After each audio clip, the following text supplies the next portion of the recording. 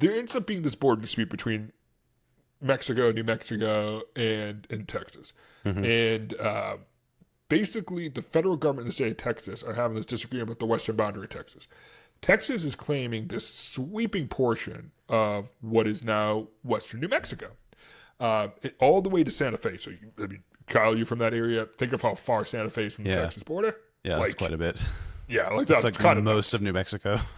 yeah, essentially New Mexico. Yeah. And so the Texans are like effectively annexing it, which the way Texans got Texas was going into Mexico and effectively annexing it. Right. And the Texans are kind of playing cutesy here, where they're just like, oh, you're not going to come and use military authority or anything like that. Like, you're not going to order it. And so President Taylor sends a letter to the Texans. They're like, I want to make this very clear to you. If you threaten the sovereign border of the state of New Mexico, territory of New Mexico, I am sending federal troops to enforce the border.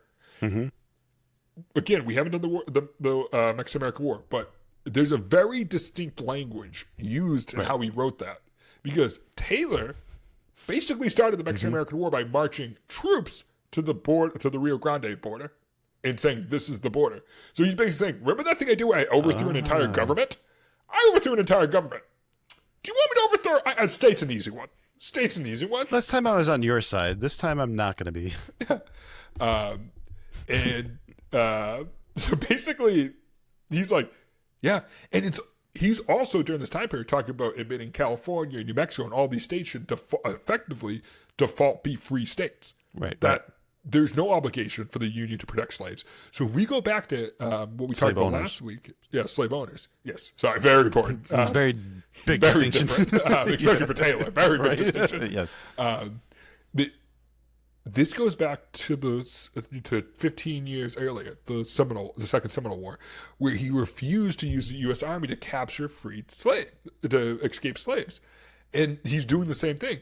And the writing was on the wall, right? I mean, like, if anybody had looked into his history, like, it should be pretty obvious that this is not the typical Jacksonian slave owner president. So he ends up, basically threatening Texas with all-out war. Congress doesn't know what the hell to do about this. They're like, can you do that? Like, can you fight a state? And he's like, absolutely. He goes, and he made I'll it show very you how. clear. They're just they have troops. My troops will line them up and have it out. Yeah. And he said to them, he's like, everything comes after national unity. We are a nation. That is all that matters. Anything that threatens national unity can be met with military force. Full stop. Again, a precedent that goes through the Civil War. It's one of the few things we're going to be talking about this time period where it's a precedent that goes to the Civil War that's a good precedent. And the whole time, it's very funny because by this point, the Southerners are like, oh my God, what did we elect? What is this guy? Right. Like, we got this is like electing John Quincy Adams. What the hell happened? Like we elected a guy the anthrax cherries. Yeah, right. Like we elected a guy who just like has this insane moral compass that it's just the Union goes before all else. To the point where he's even like the Union goes before even his right to own slaves. And they're just like, oh my God, is the largest slaveholder in Kentucky an emancipator? When did that happen? What a wild reality to live in.